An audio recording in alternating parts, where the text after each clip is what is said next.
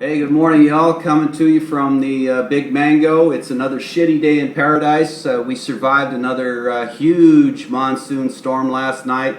Just spectacular. I think it was the biggest one of the season. So this morning, before we head out to the pool and continue our volunteer swim coach thing that we've been doing in the community, I'd like to explode a couple of myths that go around about Bangkok. And one is that it's a great walking city. Well, that's just crazy. Because it's in the mid 90s, that would be, I don't know, 40 for you European types. It is well over 100% humidity. You can, scoop the air into your mouth with a spoon some days, especially after the rain. It is just crazy hot. So pick your battles. If you're going to walk around Bangkok, go to a place, enjoy the cool shade, watch the world go by, but don't get crazy. Don't get down to Charoen Krung Road in the little rabbit maze of Chinatown there, and you're just shoulder to shoulder with people all day long. I mean, it's just a sweat tank. I mean, you feel like you're swimming halfway down one of the alleys. It's just too intense, and so pick your battles when it comes to swimming. A lot of people talk about bicycling Bangkok, and there are some bicycling tours. But again, if you're going to bicycle, try and pick an area of the city where there isn't too much traffic. The streets and sidewalks are very uneven. It's very dangerous. You do not have the right of way here as a pedestrian or a bicyclist. So if there's a car or a bus coming, you better watch out, because you're not necessarily going to be catered to on the streets of Bangkok. So you almost never, ever see Thai kids, Thai adults, commuters of that riding bicycles here. It is not a thing. Yet you will see some government initiatives, commercials on TV about a new commuter rail system that has some bike hangers in one of the cars. But aside from that, no. Organized sports here are usually done at 4:30 in the morning. The rest of the time, you won't see anybody in the parks, on the jogging tracks, except for, once a year, some crazy Farang will do this Hash House Harriers thing in Pattaya or Hua Hin, in between, trips to the pub. It's more like a pub crawl rather than a run. Another thing is the Bangkok as a boozing destination. You have to remember that alcohol is a diuretic. It will dehydrate you like crazy in this heat.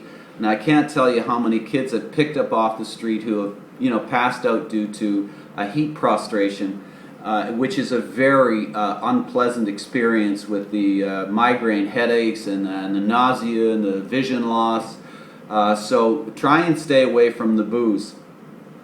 Areas downtown where you're going to get a lot of foreigners and a lot of drinking, and that, of course, what the Thais say about that is that we don't go there because simply, I mean, you can imagine going to the worst street, Khao San Road, for example, of your city in Frankfurt or Helsinki or Vancouver, for that matter, and hanging out with the sleaziest drunks, in the community. It's really not a place for cool people to be, and certainly not a place where you're going to meet any nice Thai people. So that part of it is out. Another thing, of course, have to mention is the sex tourism. That aspect of Thailand is something that's fading away incrementally, and again in places like Pattaya or Patpong Road, Cowboy Soy, you're going to find yourself in the midst of the the sleaziest scum of the earth, and they come here from all over the planet, but in increasingly smaller numbers. So it's not cool. It's not accepted here in Thailand. Thai people don't like it. The poor people that live, that service, the hotel industry and restaurants and that in places like Pattaya will tell you that when they travel outside their area, they won't even admit to being from there. It's an embarrassment personally and nationally.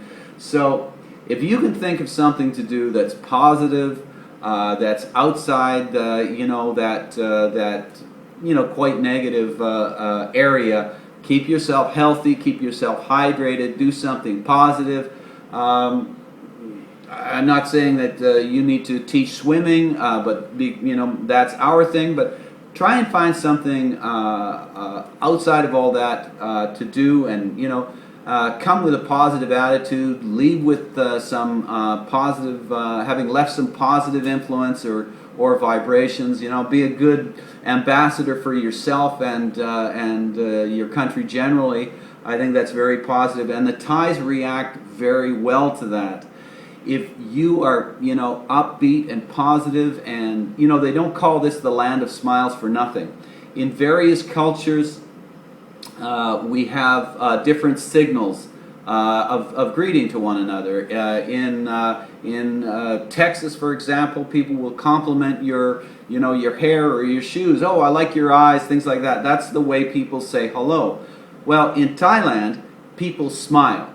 And if you are, and it's a cultural thing, so if you come into a room, walk down the street, go into a store, and you have a big smile on your face, Thais react very positively to that, and you can leave a trail of smiles behind you as you go, and you're going to have a much better experience. Having been to Thailand, and it'll probably make you want to come back because you'll always have that good feeling in your heart that you had an absolutely fantastic time. So that's my rant for today, guys, and so we're off to the pool to teach some kids to swim. Have a great day.